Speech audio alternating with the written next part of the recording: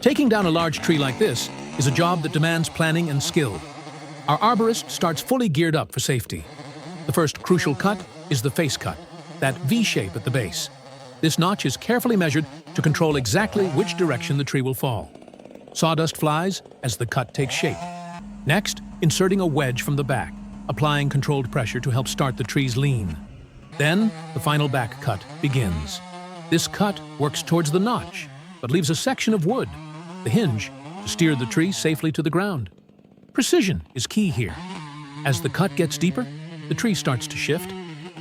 There it goes! Timber. Brought down safely and expertly, exactly as planned,